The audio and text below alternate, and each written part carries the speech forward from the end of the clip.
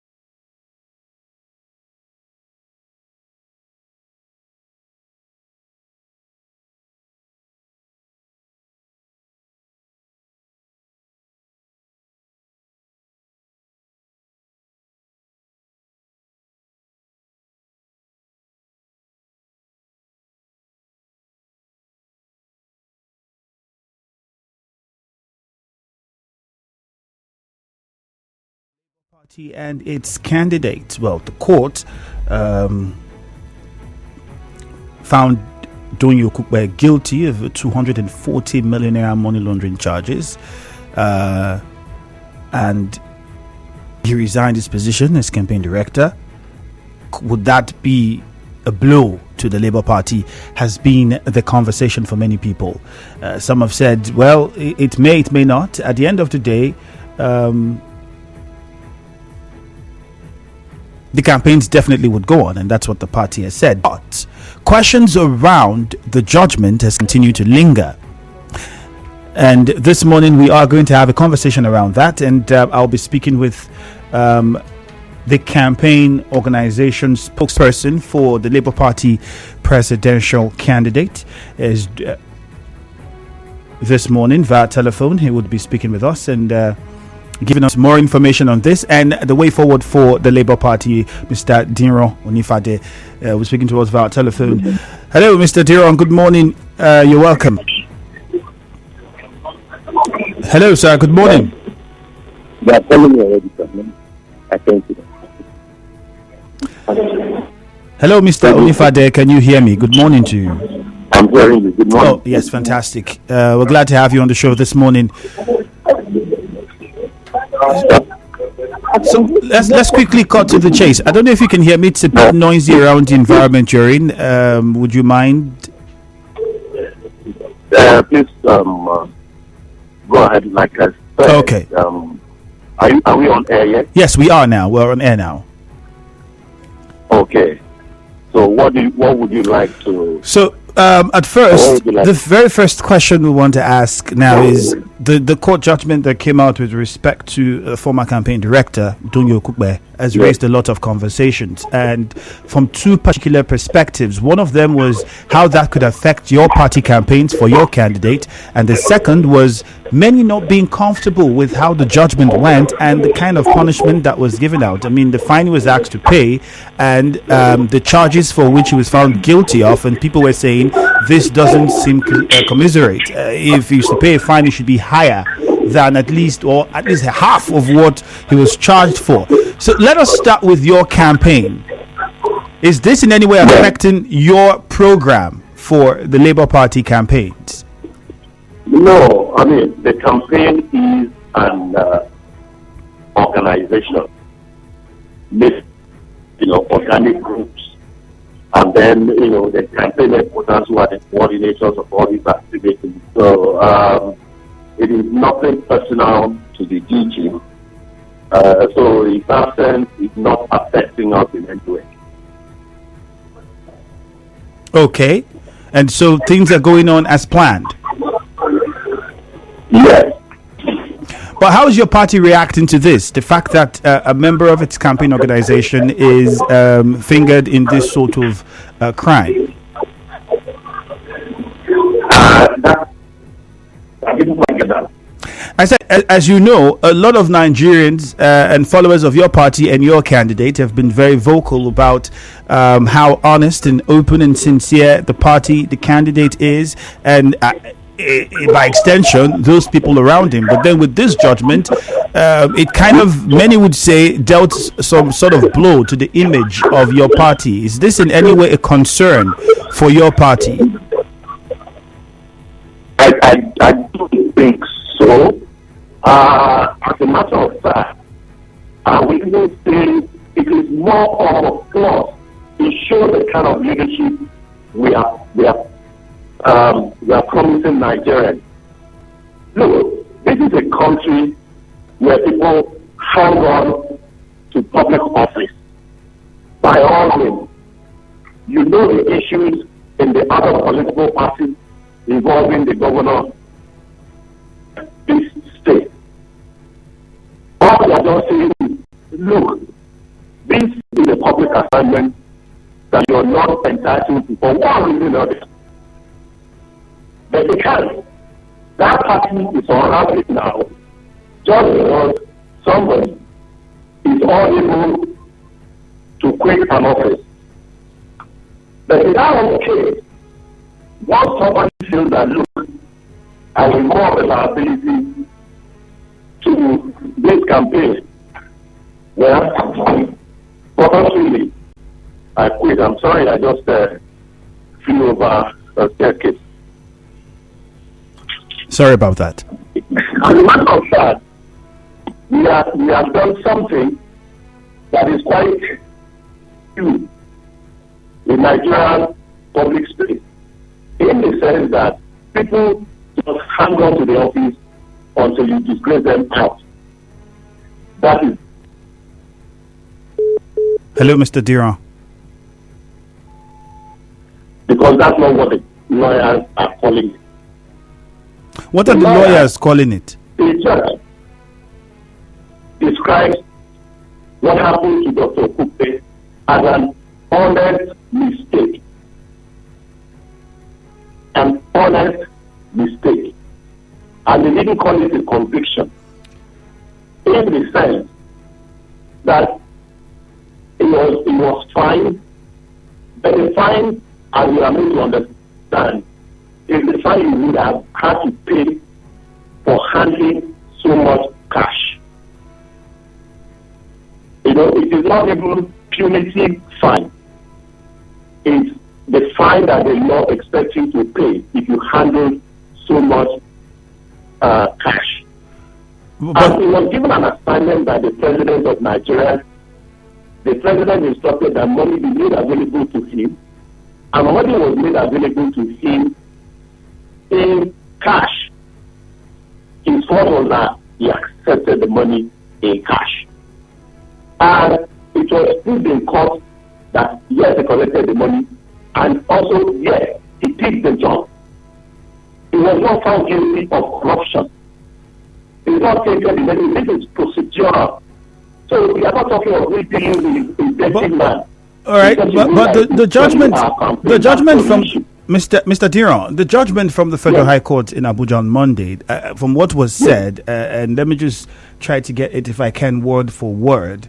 Delivering the judgment on Monday, the judge, Ijoma Ojukwu, held that Mr. Okupe was guilty of contravening Section 16, subsection 1 and 2 of the Money Laundering Act for receiving cash payments without going through a bank in excess of the threshold statutorily allowed. He was found guilty on a total of 26 counts from counts 34 to 59 of the charges. Well, correct me if I'm wrong, but clearly it sounds like the judge found him guilty of money laundering. and sentenced him to 2 years in prison on count 34 with an option of a fine of 500,000 naira. Which now brings me to this next question.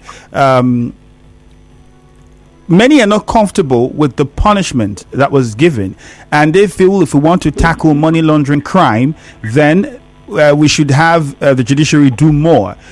If your party eventually gets into the ASO villa and your candidate wins the election, do you think that perhaps you might want to look at how the punishment for money laundering is handled, or would you want to perhaps prefer alternatives, or are you comfortable with how the judgment was delivered and the fine and the punishment that was given for the crime?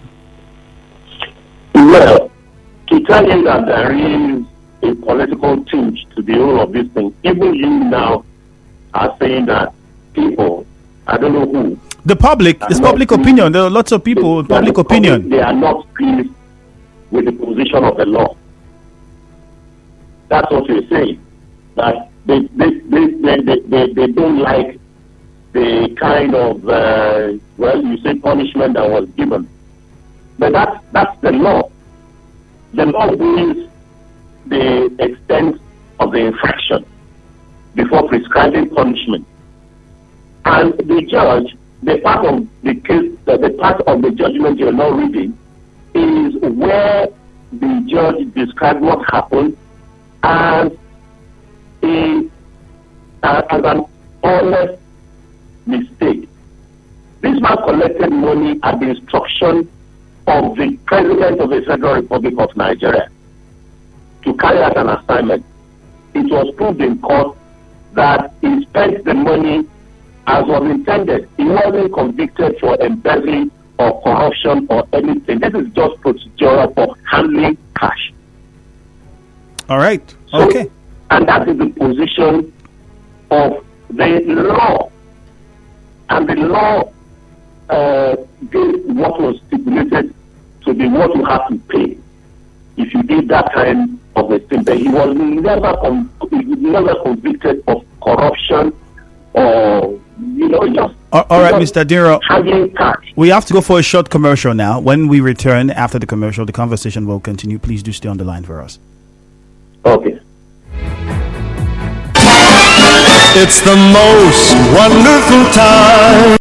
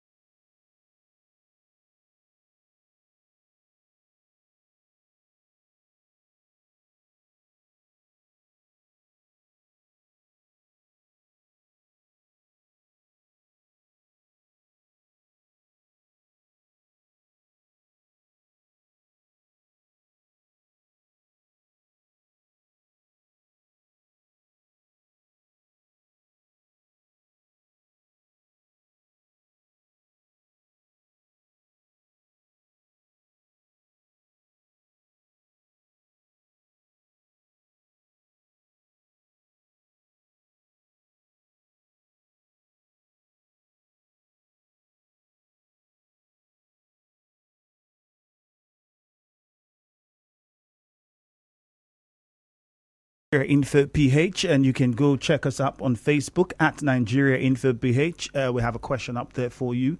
What you think about the punishments from court? Is it enough to tackle the crime of money laundering? Public opinion, people questioned or the fine that was asked for to be paid by the former director of the campaign council of the presidential candidate of the Labour Party. So what do you think? You've also heard from a spokesperson of the campaign organization, Mr. Diran Onifade, talking about how, well, Okupe wasn't necessarily convicted of money laundering, but you have the judgment from the court as well, on the other hand, to look at. So let's get your own thoughts at Nigeria Info PH on Facebook, where you can join the conversation and do well to drop your opinion, or on Twitter at Nigeria Info PH as well, where you can drop your contributions, or you get to us on WhatsApp. Send us messages on 0809 030 6416. Perhaps you have questions that you would like us to ask the spokesperson of the presidential candidate for the Labour Party. Well, send in those questions to us on WhatsApp, 0809 030 6416. 0809 030 6416. That is the WhatsApp number. We'll just get back to my guest who is on the phone for us. Mr. Diran, thank you very much for your patience and staying online. Okay, thank you very much. We really don't have a lot of time, and I know that it's quite busy. You have a busy schedule, so to allow you run back to whatever it is that you have to do. But first off, on this, clarify for us, are we expecting the presidential candidate in Port Harcourt today? Because the news day is supposed to be in Port Harcourt. He is already in town. I was sitting next to him when your call came in. All right. Really. Now, as a matter of fact, I wanted to say good morning to you, but I don't know how that fits into your program. Well, if we want to have a conversation with him, I think it would be most ideal that we do it appropriately and have him personally in the studio. So we'll make that arrangement and make that happen. That's what I thought too. So I have to step aside. Yes. He's in town. He's fully on the ground. He's energized. He's heading out now to have a meeting with. But one important question I'd like to ask is with traditional rulers. Yes, okay, right. The relationship between the governor of Rivers State and the presidential candidate of your party has raised a lot of concerns, and people are looking at what's happening in the PDP at the moment, and some people are saying an alliance could be formed. Is this something that it's possible? Would this happen? Is it possible that we have the PDP in Rivers State drum support for your candidate? Well, it's not against the law that two groups decide to work together for the purpose of an election. So it's not as if it's something that is heard of, it's been done before. But as to whether that is happening at this point in time, I am not in a position to say that. And I think you are in Port Harcourt, you are with the His Excellency Governor every time. So you should even be how his mind is working. Well, I'm not with the governor every time. Yeah. I've not been with the governor any time, even, so I wouldn't know. All kinds of relationships. But then, as a member of the campaign council for your party and a member of your party as it is, is this something that you would like to see? Is that the kind of relationship that your party would encourage and want to foster? Why not? Why not? We are not just a party in this election. We are a movement. A movement for a new Nigeria. As to say, a new Nigeria is possible. So whoever shares that kind of idea, no matter across what party line, what religion line, what tribal affiliation, if you share the truth for a new Nigeria, you are welcome to participate in this movement and its goals and the achievements of same. You're not bothered about that being tagged anti-party activity? On our part? Well, on your part, I mean, that would be your party working with another party. To do what? I mean, if you're saying that you would welcome support from, let's say, the PDP in Rivers State, looking at the relationship between your candidate and the governor of Rivers State, who's from an opposition party, the PDP, you do not think that that could come out as anti-party activity? Not on our part. Your people have a right to vote across party lines. And when every vote counts, if somebody from another party decides to vote for us or get a chunk of votes for us, that's not anti-party. That's not my own idea of anti-party, and I'm not sure that's what it means. All right. Quickly, because of the time, just put out one last question for you, and it will bother around corruption. Looking at the fact that, I mean, we just had the judgment, which you have repeatedly said, well, Dr. Okupe wasn't found guilty of or wasn't convicted of, I beg your pardon. How would you look, when you look at the justice system in the country and the reward and punishment system that we have, do you think that there is a lot of changes that needs to be made, or is it something that you, a party, if eventually you emerge victorious in the election, is that something that you've looked at to say this is what we can do to tackle corruption? Well, yes, I mean, whatever reform needs to be made, holistic legal reform is one of the cardinal programs of our party. But then, when it comes to corruption, because that's your specific interest, we are not in short supply of laws punishing corruption. After all, all of these corruption offenses are actually common crimes that our laws cover. But are those laws being applied? That's the issue.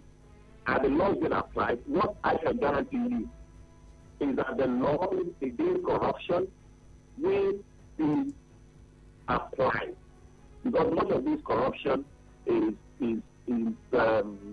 outright stealing, abuse of office, and contract partying, and so on and so forth. All those are already crimes under our laws, our common laws. So we are not in short of supply of laws, but are we applying the laws? That's the situation. The Labour Party, with the difference, is we come into office, we are above the law. All right. I have a question for you. I have a question from one of the listener, a contribution I'd like you to react to. This is Ayus Mike on Facebook. He says, judgment passed. It is absolutely unacceptable to me. Dasuki and Olisa Metu went to prison because of similar issues. Metu refunded some money and also went to jail. Why is the Okupe's own different? The case should be revisited. What kind of country is this? That Ayus Mike. You have any reactions to that before we let go? Well, the details, the fact of the cases are yes, in the case of the jail, he has just been, he was detained for a long time. And he's a free man now. And it's the same Dasuki from whom Okupe collected the money. And the law has now freed Olisa Metu just simply because Olisa Metu was punished for the source of the money that he used to do the assignment.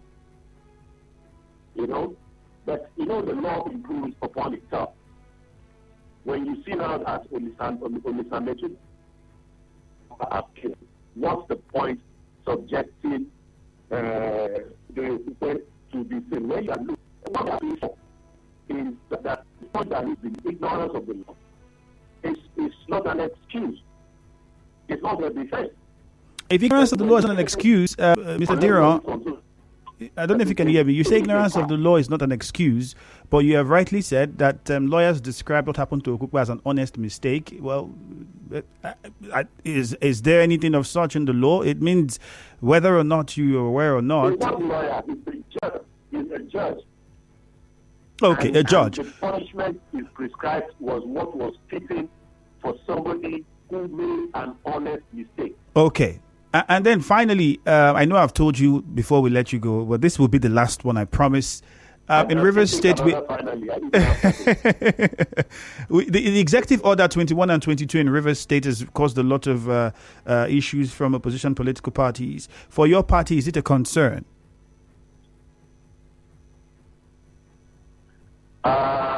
I'm sorry, I live in Abuja. I don't live in Rivers State. So okay, so I just tell you what it is about. You have your party who have candidates here running for assembly positions. Now, Directive 2122 doesn't allow for political facility for campaign 5 million naira. Some have seen that as a form of stifling opposition and trying to level. Nigeria is more. To live in Rivers State. I don't know what it. I don't know against what law the government premised that policy on, and not having. Well, the government says when campaigns are held in government, for to be allowed to use those repair, clean, and happily to face. So, such kind of orders. What's your view about it? Well, do you think it's... You said the governorship candidate of our party has made a pronouncement. He shared. I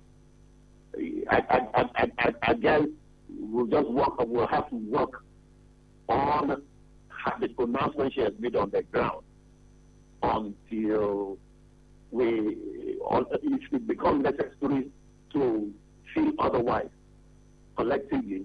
They will come up with a position that if she has made a pronouncement, I would rather stick with that. Okay. All right, then. Thank you very much, Mr. Diran, for your time. We'll just let you go now and continue with your day. Hopefully, we keep in touch for more development. And our regards to your presidential candidate as well. Thank you very, very much. And I must invite people of Rivers State to come to the stadium today. We are prepared and mobilized. All right. Port Harcourt will not be the same after today. Thank you very much. Have a great day. Let's go now to the phone lines quickly and get to hear from you. 070-0923-0923 is the number for you to call. 070-0923-0923. David is our first caller from Yenagoa this morning. Hello, David. Good morning. Yeah, good morning, Mr. Andrew. Yes, you're welcome. Talk to us. You see, let me look at this issue from the legal perspective. Now, if you look at Section 36, Sub 12 of the Constitution, 1999, it provided clearly that for any offense, for me, an offense is paid for in our statute book, and funds provided for it law. Doyin Okupe. It's quite obvious that our laws are really, really obsolete to do use of criminal justice and upgrade most of these punishments. It's quite the punishment. So he could just pay 13 million naira the backing of his pocket and go back to his house and relax to continue with the 250 there are million and his special the potential for the campaign council. This sense could be reached. If you look at the sentence it's clear that Doyin Okupe is convicted for money laundering. His honest stake does not and do not form the as speeding. So I what I want to do is fair. That's what the money laundering and these are the kinds of things we have become out. All right, David. We are really kidnapped. That is now my word. All right, thank you very much, David, for your contribution. Nigerian folk, good morning.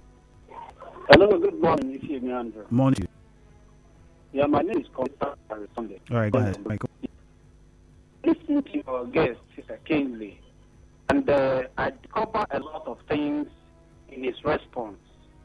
I think this is beginning to show the kind of leadership they want to bring into that a court convicts somebody accused guilty of a crime, and you are now admitting, garnishing some words that will qualify his interest to please the people. That is not how our leadership is supposed to be. But the man itself has shown a little remorse to what he did by resigning. And you are here seeing how you can behave like our governor here when he wants to present his interest. Towards the people. I think you don't drag the governor into this in the comments that you're making. You just, as much as possible, respect the office of the governor. Right? Thank you very much. Okay. I'm sorry for that. I'm sorry. So the way forward, which they have intended to go after this accusation or this pronouncement by court. That is what I expect him to say, so that it will please the people, not trying to dodge one word, use one word to qualify one the word or manage. All right, thank you very much. What the court has said already. Thank you, Leighton Barry, for your contribution. WhatsApp, this one says, it seems like Nigerian laws are built to favor politicians and punish the common man. Well, whether the laws need upgrade, definitely. Some people would say it's only the response of the Labour Party to Okupe's judgment is to claim that it has an attack on them, then it's a shame. For more talk, news and sports, stay tuned.